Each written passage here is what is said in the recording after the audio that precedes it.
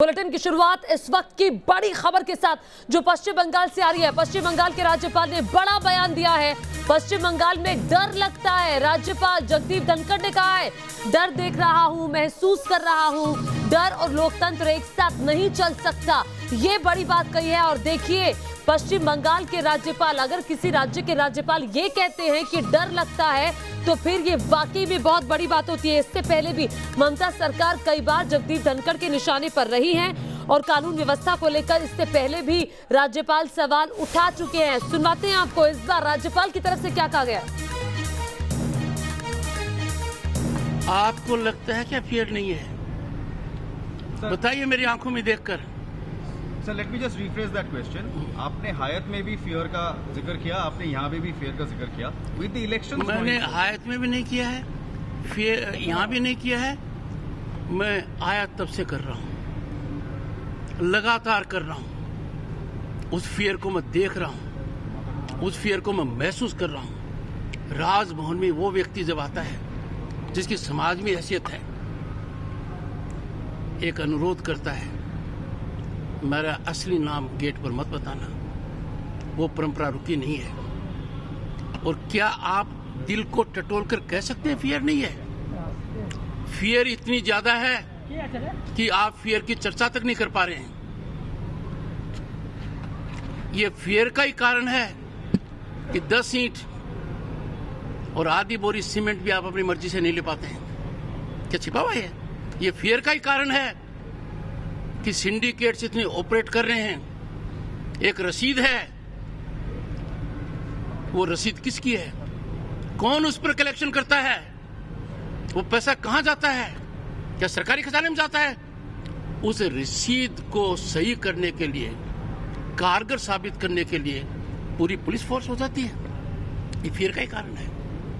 Fear और democracy एक साथ जिंदा नहीं रह सकते। तो सर, फियर और कॉन्स्टिट्यूशन नहीं रह सकते।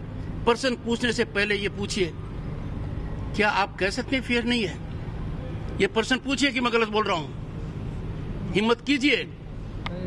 फियर है, इतनी फियर है कि फियर की चर्चा नहीं कर पाते हैं। इसलिए कहता हूं। और देखिए, ये अभी तक का सबसे बड़ा आरोप है, अभी तक का सबसे बड़ा हमला है जगदीप धनखड़ पश्चिम बंगाल के राज्यपाल की तरफ से सीएम ममता बनर्जी पर कि डर लगता है, एक सिंडिकेट चला रहा है, आप फियर की चर्चा तक नहीं कर पा रहे हैं। सीधे पश्चिम बंगाल से हमारे सहयोगी तपस सेन गुप्ता और जानकारी के साथ जुड़ गए हैं। तपस, ये बहुत बड़ा हमला है राज्यपाल की तरफ से। जी बेशक, ये बहुत बड़ा एक आरोप जो राज्यपाल ने लगाया राज्य सरकार पर, और ये पहली दफ़े नहीं है, लेकिन इस बार पहली बार उन्होंने ये कहा कि एक डर का माहौल है। उन्हें भी कहीं ना कहीं एक डर लगता है कि लोग डर के बारे में बात नहीं कर सकते, और सीधा निशाना साधते हुए वो ममता सरकार को उन्होंने घेरा और ये साफ तौर पर बताया कि जिस तरह से सिंडिकेट राज चल रहा है, जो पुलिस प्रशासन का जो पॉलिटिसाइजेशन कुछ सालों से होता आया है, उसके बाद आम लोगों का बाहर निकलना या फिर अपनी बात सामने रखना बड़ी मुश्किल है, क्योंकि एक डर का माहौल बनाया गया है। अब देखने वाली बात यह होगी, क्योंकि हमें पता है कि राज्यपाल ने इससे पहले भी एक रिपोर्ट सौंपी थी गृह मंत्री को, जहां पर उन्होंने साफ तौर पर पश्चिम बंगाल के कानून व्यवस्था को लेकर सवाल उठाया था। और अब वो सामने अगर ये बात रख रहे हैं कि अब एक डर लग रहा है, एक डर का माहौल है, तो आप समझ सकते हैं कि जिस तरह से रक्तचरित पश्चिम बंगाल की राजनीति का देखने को मिला है पिछले कुछ महीनों से, इससे राज्यपाल भी कितने आशंका में है, और खासकर जब चुनाव शायद 1.5 से 2 महीना दूर है। लगातार हो रही है तपस, उसको देखते हुए, चूंकि लगातार पिछले कई दिनों से हम देख रहे हैं, हिंसा की कई तस्वीरें हमने देखी है, हिंसा की कई खबरें हमने पढ़ी हैं।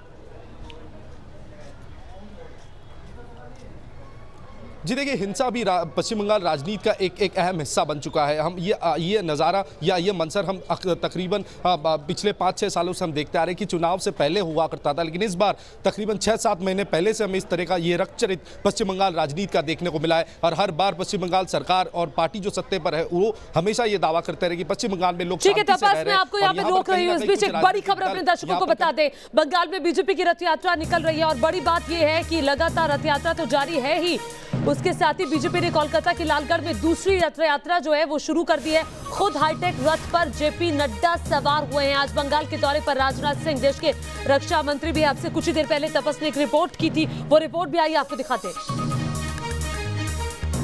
बीजेपी राष्ट्रीय अध्यक्ष जेपी नड्डा ने आज दूसरा रथ यात्रा का शुभारंभ किया। यहाँ से ये लालगढ़ का वो मैदान है जहाँ से ये रथ यात्रा शुरू हुआ। पहले वो आम लोगों को संबोधित करने के बाद अभी वो आगे बढ़ रहे सिद्धू कान्हू के मूर्ति पर जाकर वो श्रद्धांजलि देंगे। फिर ये रथ यात्रा आगे झारग्राम तक जाएगी और वहाँ भी एक छोटा सा संबोधन सभा आयोजन किया गया है। और ये खासकर आज यहाँ पर जिस तरह से भीड़ उमड़ पड़ा था, एक चीज़ साफ है कि यहाँ पे आदिवासी जो वोट बैंक है उस पर का नज़र है बीजेपी की, क्योंकि झारग्राम विधानसभा में झारग्राम जिले में 4 विधानसभा है और उनमें से ज़्यादातर आदिवासियों का दबदबा है। तो यहाँ से एक सीधी चुनौती जो जेपी नड्डा ने ममता बनर्जी के लिए सीधे तौर पर कहा कि आने वाले दिनों में 200 सीट से ज़्यादा बीजेपी यहाँ पर पश्चिम बंगाल में सफल होगी और आने वाले दिनों में कोई भी चुनौती राज्य सरकार की तरफ से सामने लाया जाए, चाहे वो परिवर्तन यात्रा को रोकने के लिए या किसी और मामले में अगर राजनीतिक तौर पे लड़ाई होती है तो बीजेपी वो चुनौती स्वीकार करने के लिए पूरी तरह तैयार है। वीडियो जर्नलिस्ट सुमित सरकार के साथ तपस सेनगुप्ता, न्यूज़ नेशन, लालगढ़। और तपस इस वक्त लगातार कोलकाता से हमारे साथ बने हुए। तपस, आप चूंकि पश्चिम बंगाल की राजनीति को काफी लंबे अरसे से कवर करते आए हैं, बताइए कि ये जो परिवर्तन यात्रा है, वाकई इस परिवर्तन यात्रा में जो भीड़ दिखाई दे रही है, जो माहौल है, उससे आपको लगता है कि राज्य में परिवर्तन होगा?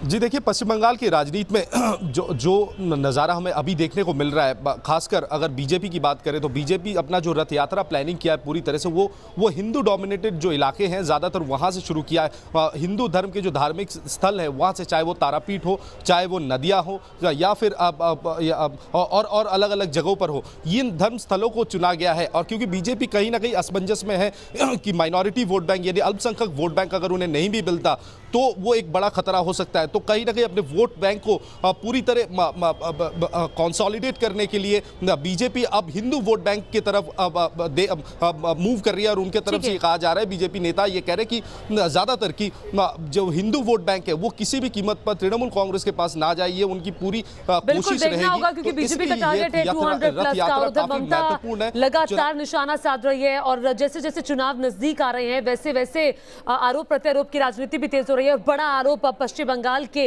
राज्यपाल की तरफ से, जगदीप धनखड़ की तरफ से लगाया गया है कि राज्य में डर लगता है, डर और लोकतंत्र साथ साथ नहीं चल सकते। ये बड़ा आरोप है अब तक का राज्यपाल की तरफ से।